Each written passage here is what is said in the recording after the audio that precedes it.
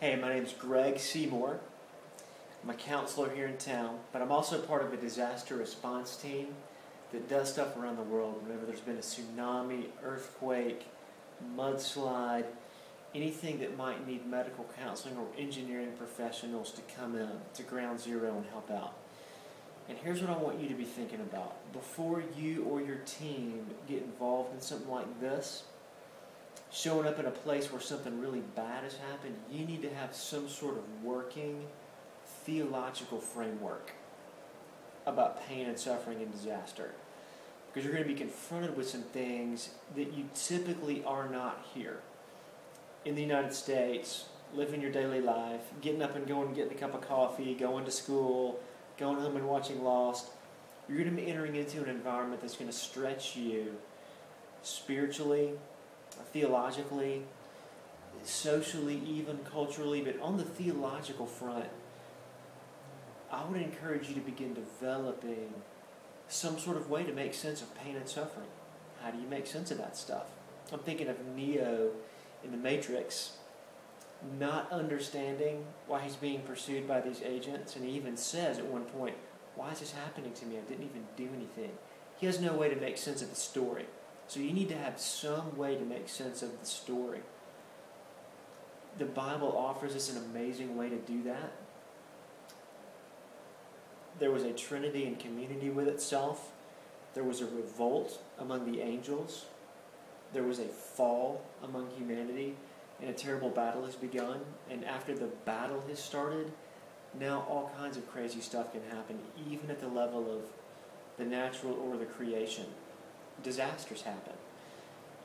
One thing that I have noticed, and you see this theme I'm about to tell you about in films, you see it in children's stories, you see it in the creation, is something called the resurrection principle.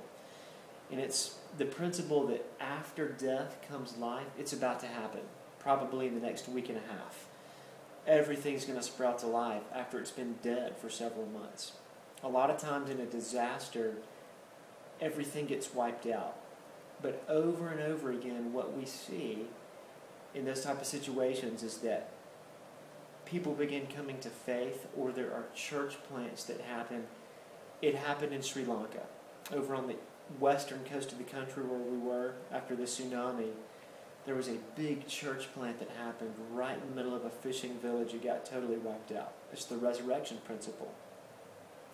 Another thing you need to understand theologically is that we typically want to go into these kind of situations and begin talking about God and how He is still good and that He's in control. And one thing you need to understand about the mind of someone who's been in a disaster is that their frontal cortex is shut down, and their hippocampal region, the old brain, has kind of come active, and their fight or flight response is going on.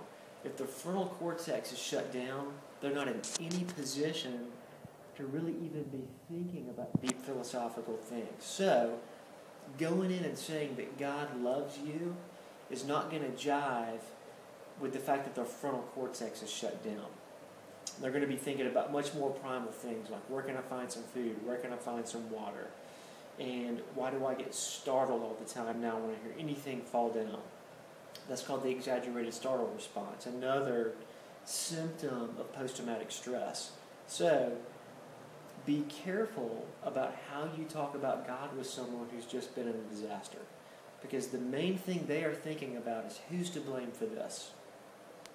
And that could be in your normal daily life. If there was a car wreck and somebody that you loved died, maybe you're thinking, who's to blame for this? Maybe that driver of that other car was drunk.